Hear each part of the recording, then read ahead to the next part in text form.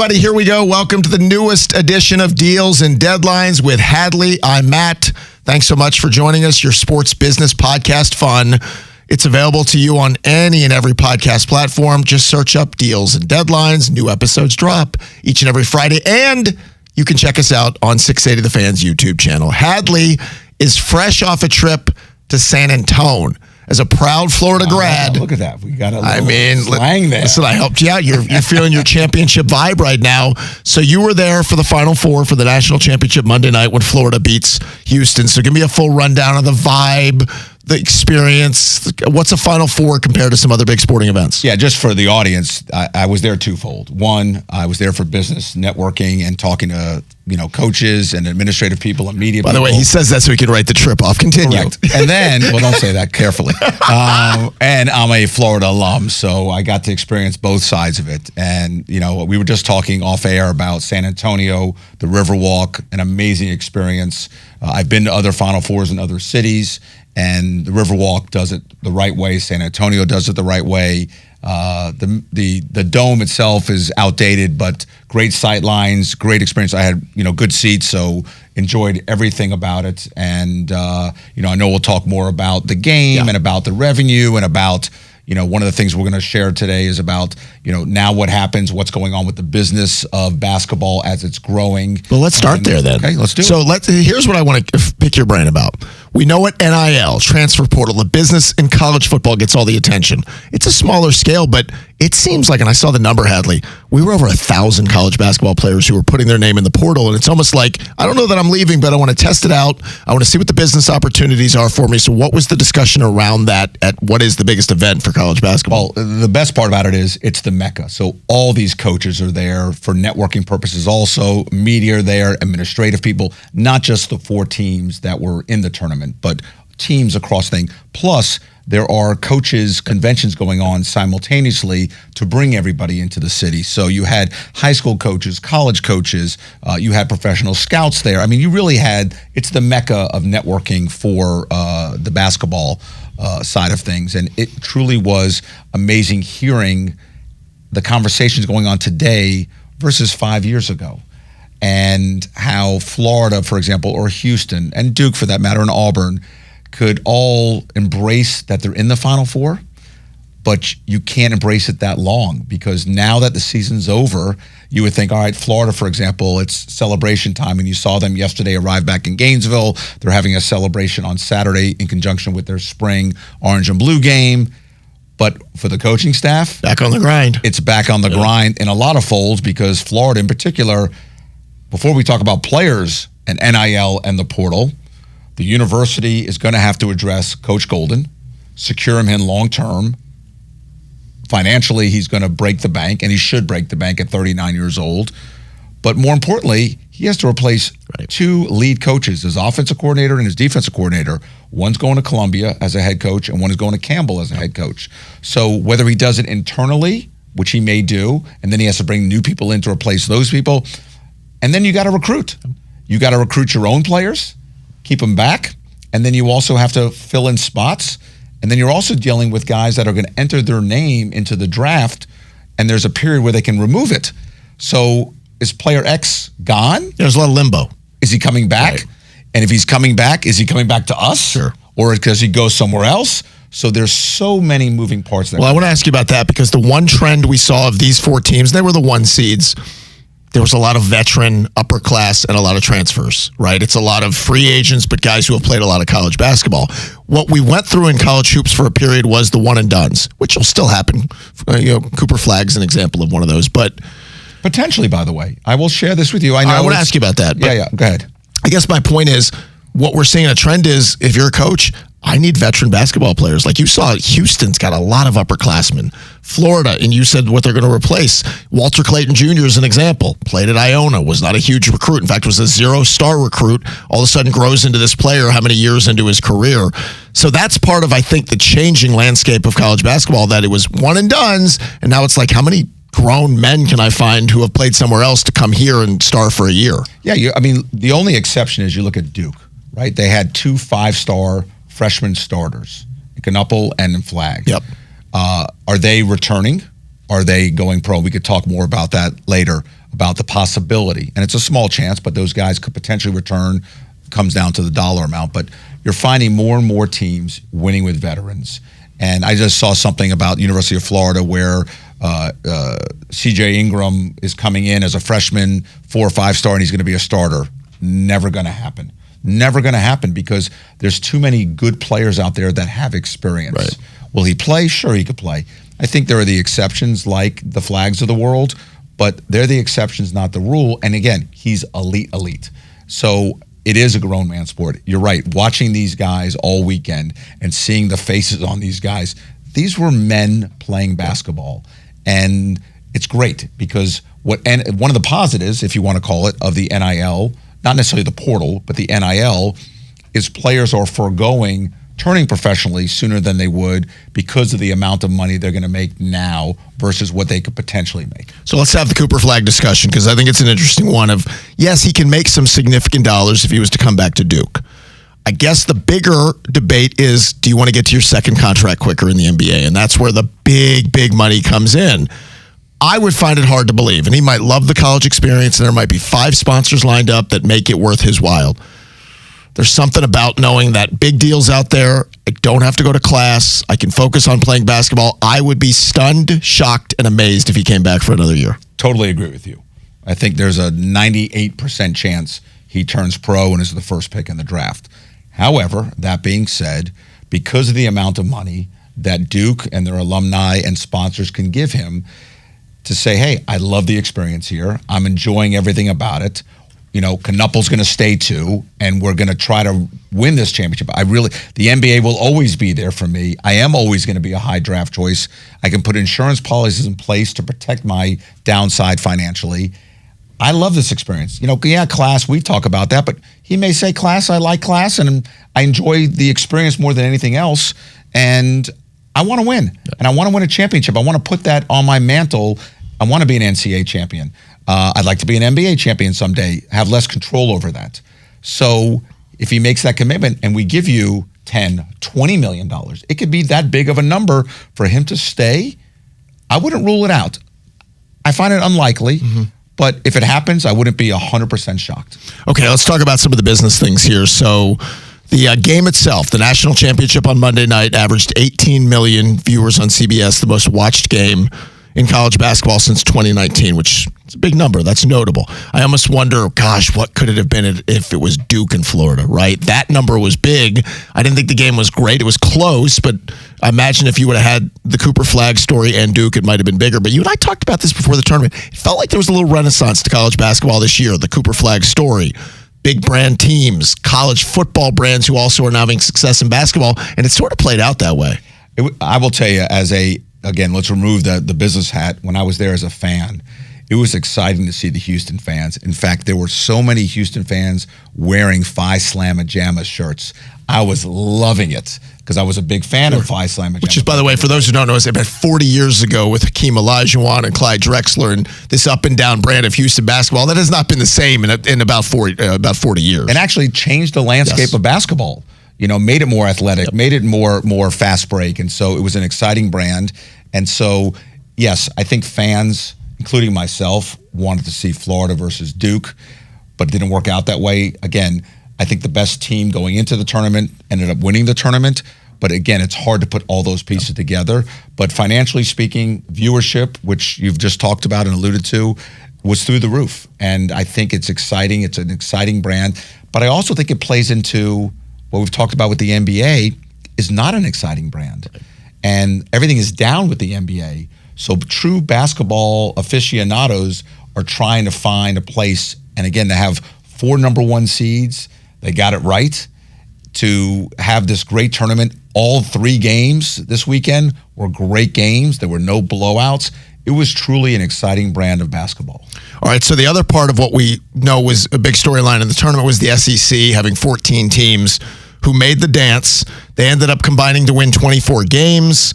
But here's the number that I know the conference will care about the most. They earned a record $70 million in units for the conference based on this tournament run. And then Florida caps it off by winning the championship. So whatever value you want to put on that for the conference added to what they did for this 3 weeks, it's been a commercial. for SEC programs. The SEC could not be happier. Obviously, making the extended expansion with big programs that underachieved in basketball, but it's part of the bigger brand, right? The bigger plan. All over Madison Avenue are Gator SEC. Everywhere you see Florida, you also see the SEC logo as well. So you are seeing that. And just so everyone understands, 70 million units. That's the terminology they use in revenue sharing for going this far. And what ends up happening is all the teams share in that. Now, granted, a team that didn't make the tournament gets a smaller piece of the pie. Florida, on the other end, gets the highest piece of the pie. But again, it goes toward developing the bigger brand, not just for University of Florida, not just for Auburn, but for the SEC and the selling of we're the best conference on Saturdays in the fall, but we're also the best conference in basketball. No one can argue that right now. It is truly the brand amongst brands. If you want to add to it, and this is a lesser discussion. Are you going to go with gymnastics? No, I'm going to go with the college baseball brand of the SEC, which is 100%. A big success story. Speaking of success story, Walter Clayton Jr. ends up winning the most outstanding player in the tournament, and I kind of alluded to his story, right? 0-star recruit. He had some offers to play college football, turned him down to try to pursue basketball. He goes to Iona, plays for Rick Pitino, and the quote that came out while Pitino had him there was, he's fat, slow, and can't shoot. He can pass a little. Pitino leaves for St. John's. Clayton heads to Florida. Hadley, I want to ask you about the NIL, right? Is there any post dollars for somebody like this in the way that he can't go out and promote a brand and keep playing basketball, but he's now more famous than he ever was. You and I have talked about what this could mean for post-career for athletes. This guy, beyond never having to pay for a meal in Gainesville, there's the rubber chicken circuit. There's the appearances. There's the branding. There's all of it. Like, he'll make money from that. Can he make some post-NIL dollars before he leaves too? Well, it's really not NIL because NIL is under the umbrella of the university. Right. He'll start making dollars. Walter Clayton, marketing-wise, use University of Florida as a backdrop, sure, but his money will come from Walter Clayton, the star NCAA player, national champion, future NBA draft choice, and beyond. So those opportunities, and you're correct, all of these guys will have the ability to never pay for a meal or drink ever again in Gainesville, just like the other national championships have done.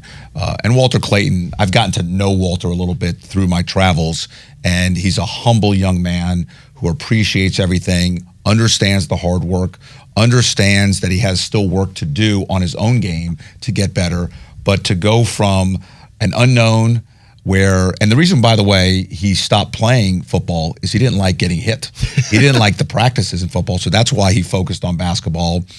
But again, in all sports, I hear it with my own son, who's a pro baseball player, is they love the multi-sport athlete. They love the guys who play football because they're tough and they've gone through the grind. It's a different mentality. Yeah, 100%. And they're not concerned about the wear and tear or running somebody over or playing tough or getting hit. So even though it's a non-contact sport, basketball and baseball, if you've played that football game, you have that innate ability to get through that stuff. So Walter Clayton is going to take advantage of this. He'll have his team in place to help continue to brand him. UF's going to brand him because, again, even though he's branding himself moving forward, UF wants to partner with him because, again, it helps them, just like you talked about. If Todd Golden's talking to somebody, come to me as a 0-star, be a potential first-round player, tournament MVP, first-team All-American, conference MVP, you name it, he did it. All right, when we come back, I want to talk about branding being a big story around Florida and Gator-Made. The timing of the Gators winning the championship might be just about perfect. Plus, the losing side of things, we'll talk about how that worked out for Kelvin Sampson, but what the future might be for him and his family in college coaching. And there was a shocking firing in the NBA this week that we'll talk about the business ramifications of it next as we continue with this episode of Deals and Deadlines. We continue with this episode of Deals and Deadlines. That's Hadley Engelhardt. I'm Matt Chernoff. Thanks so much for joining us. Your sports business fun. It happens here. If you want to subscribe to this podcast, just search Deals and Deadlines. We're available on any podcast platform and on our 680 The Fan YouTube channel. All right, Hadley, a couple of things to clean up here around the college basketball stuff. Houston head coach Kelvin Sampson, the story was almost so perfect that at 69 years old, he was finally going to get his championship. It didn't happen. Now you start thinking about the long term because, again, he's 69. Well, there's a clause in Kelvin Sampson's contract that names a head coach in waiting for the team. Well, his son, Kellen Sampson, would succeed his father as the coach in waiting on a $2 million per year contract. But here's the funny part. In Kellen's contract, he has the ability to hire his dad as a consultant on a $300,000 salary. This sounds like some agent did some really good work negotiating this one. I will tell you this. First of all, Kelvin is highly respected amongst all coaches across the country. So he is a fan favorite of coaches amongst coaches. Great deal, great negotiating leverage. His career is not going to last for the next 5-10 years. He knows that. He's building the brand, again, keeping it internally. His son is a big part of the recruiting, a big part of the coaching. So to keep the Samson name in place and to already have in place, it works for Houston. They have a set salary at him, so they know it's only going to cost them $2 million. Now, granted, that could change very soon, but if he wants to keep his dad around, his dad could have a nice annuity of paying $300,000 a year as a consultant. It's all about leverage.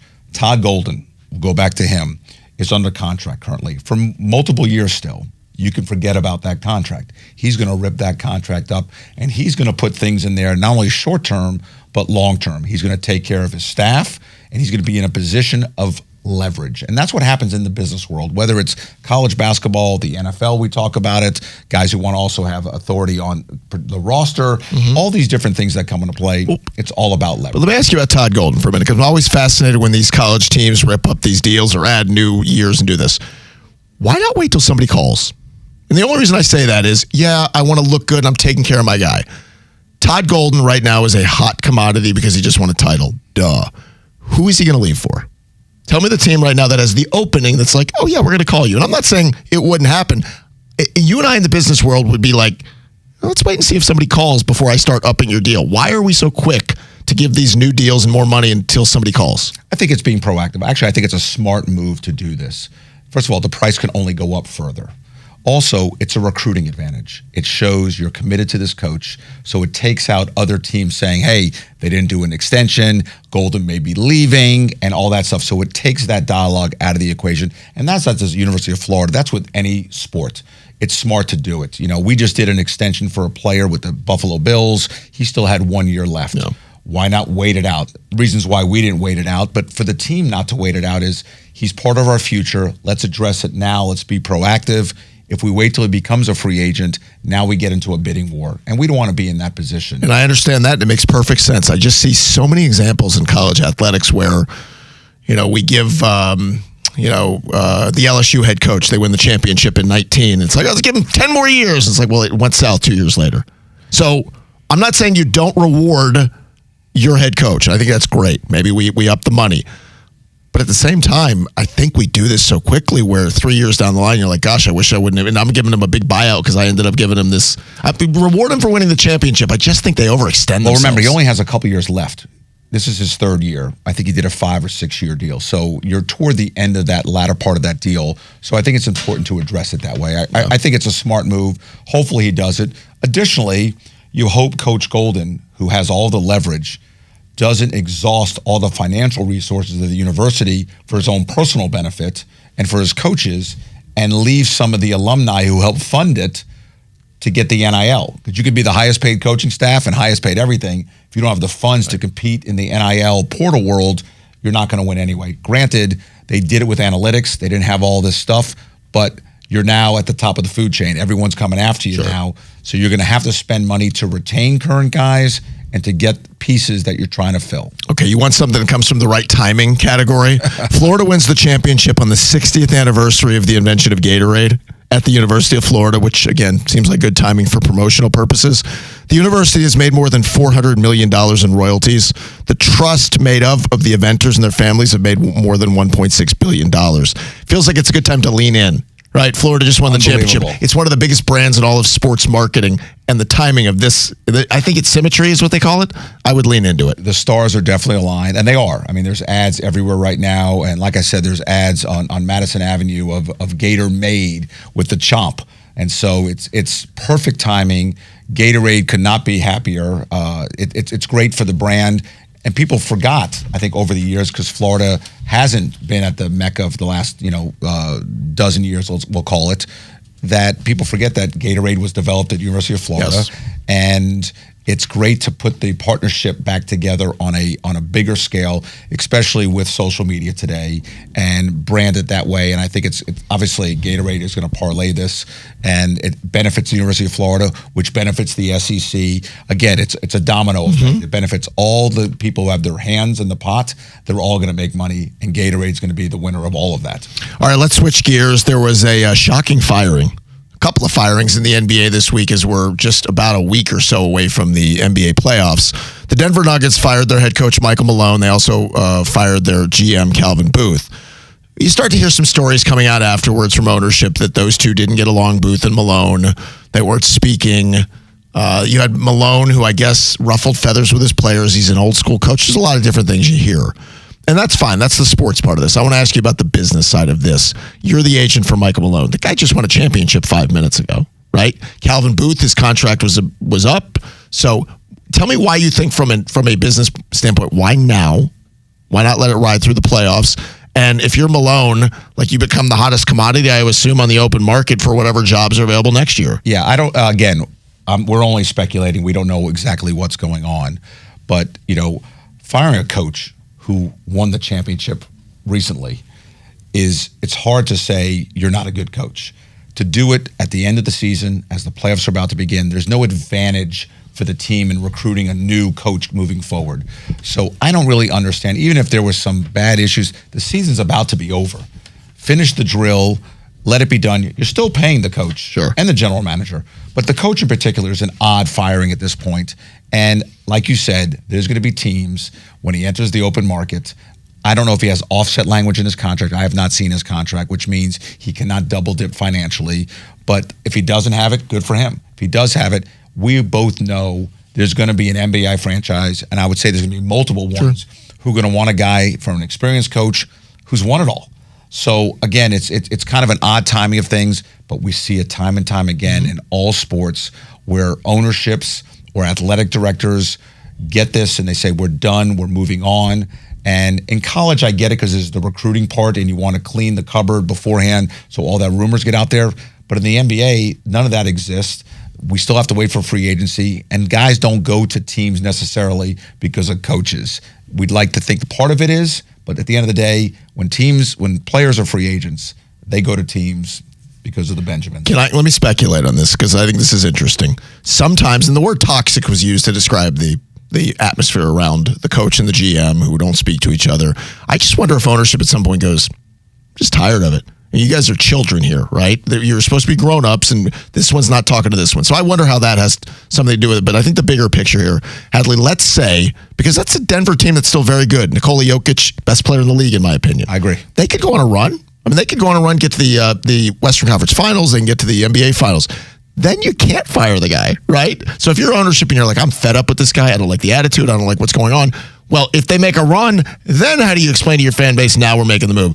So I think the timing of it might be that, right? That if we're going to do it, we got to do it now before a team that has this player could still go on. They're a 4 seed right now in the West. They could be a 3 seed. So theoretically, they could make a big run. By the way, we're saying a 3 or 4 seed. They're not barely getting in or a play-in game that they may or may not. They're a legit NBA championship contender. They've done it recently, and they've got the elite, one of the elite, if not the elite player in the NBA. Timing is off. Here's the other thing. You now promote within. They do well. Now that coach, if you don't hire him, he becomes a hot commodity. He now moves on. So now you've got nothing there. And then you get players who like certain coaches, who are unhappy with certain things. Again, there may be some players behind the scenes that are tired of the toxicity of what's going on. And so, again, I'm a big believer that unless there's something major going on, if there is, and you're making a move like this, tell us what's going on. Don't let us speculate. Would you guess that Jokic had some knowledge of this? Because he publicly said he didn't know, like LeBron said he didn't know that a trade for Luka was coming. Do you think Jokic knew anything? I think so. I think not that he had any say-so in it, but I think that they told him before that, hey, just so you know. And obviously, if there is that issue going on in the locker room, he knew about it. He's part of it. He sees it every day. But to say that he didn't know anything about it, I was on the golf course, I was at dinner, and I found out about it, that's not the case. For a lot of players, yeah, that's the case. But for your super franchise player, not just the guy that's the best player on your team, you're talking about arguably the best player in the league, you're going to make decisions with his knowledge, at least. He doesn't have to agree with you, but at least he knows what's going on. All right, coming up, we got a lot to do. There's a spicy NCAA lawsuit to discuss with a former coach. We've got Stephen A. Smith, who now has reconsidered his presidential run. And a high-profile NFL player looks like he could be on the trade block. We'll talk about that when we continue with this episode of Deals and Deadlines. All right, we continue with this episode of Deals and Deadlines. That's Hadley and Matt. Thanks so much for making us a part of your podcasting adventure. We hope you do subscribe to this pod. I'll remind you again, search Deals and Deadlines on any podcast platform.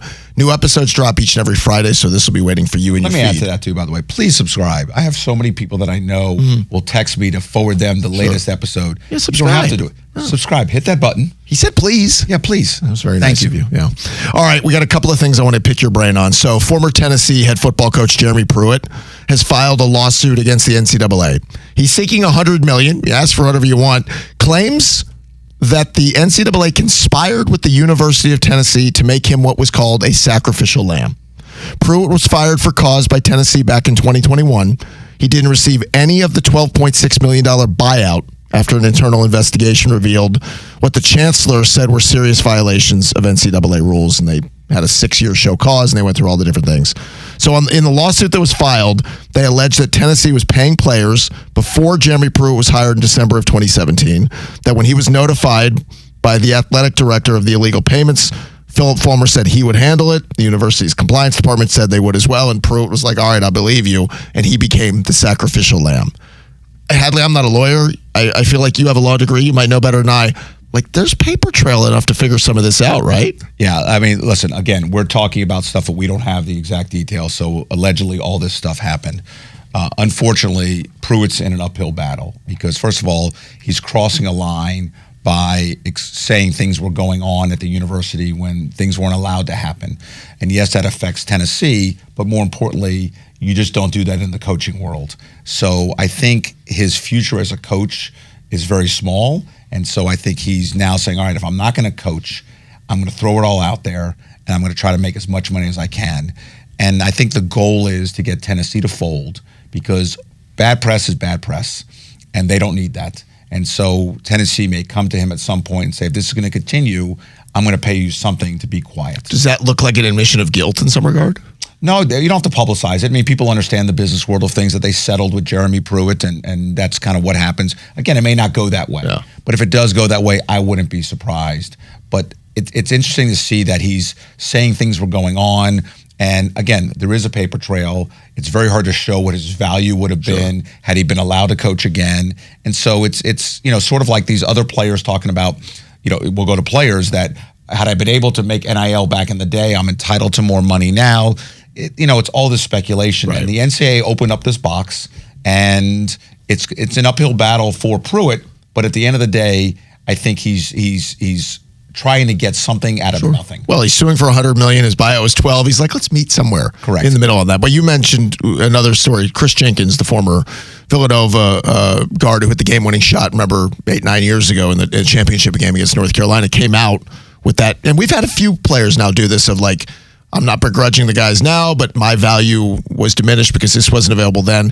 I just don't know in court, and again, I'm not a lawyer, how you retroactively try to put a value on something that just didn't exist. I understand what these players are doing. I just don't know how you win this. Yeah, well, listen, they've got an argument because, the NCAA has now allowed, if you want to use the word, the ability to players to use their name, image, and likeness. But again, if Chris wins, then why doesn't so-and-so Correct. win? And when does it end? And so at some point, the law and the atmosphere changed. And, it's amazing to me that guys like that have made money and they're still taking the stance. So listen, I talked to the other colleagues of mine who represent a lot of these players in these lawsuits, and they talk about they have a great case. Is it that they have a great case or they have a great PR case?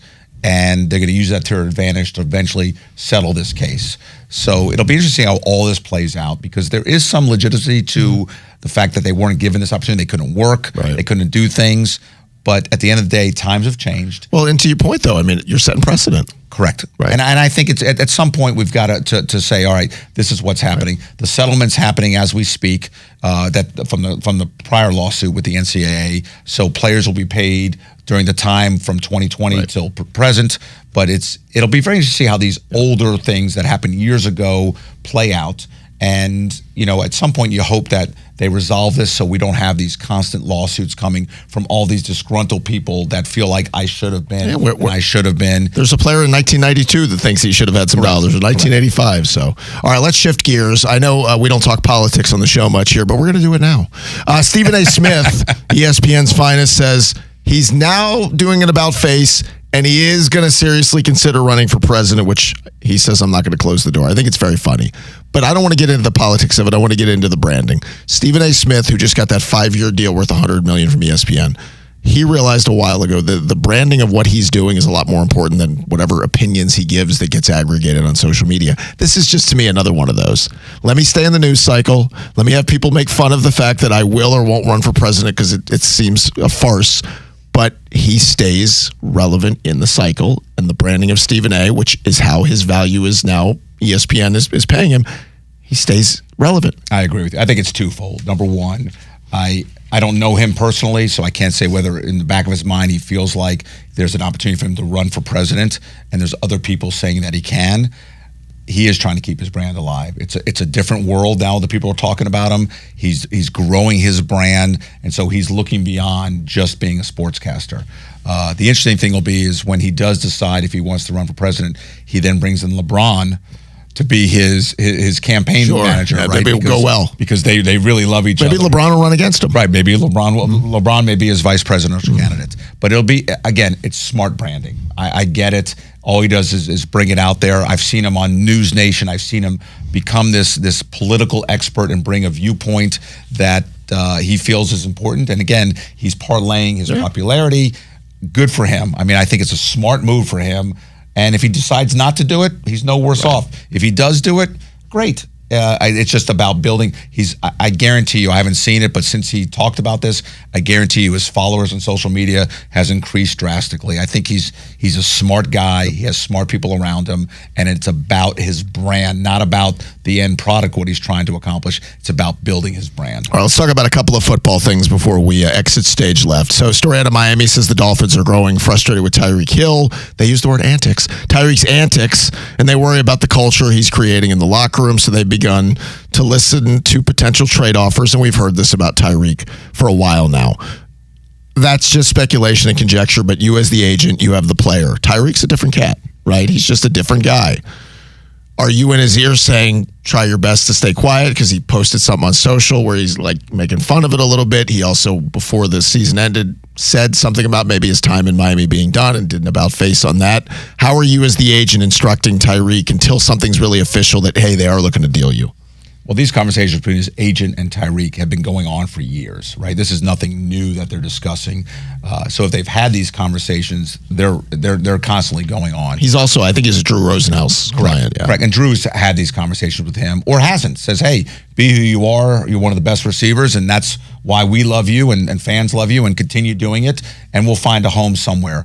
But getting back to your thing about, the Nuggets making changes because ownership is tired of all these antics, is Stephen Ross, the owner of the Dolphins, tired of all this. We're not winning.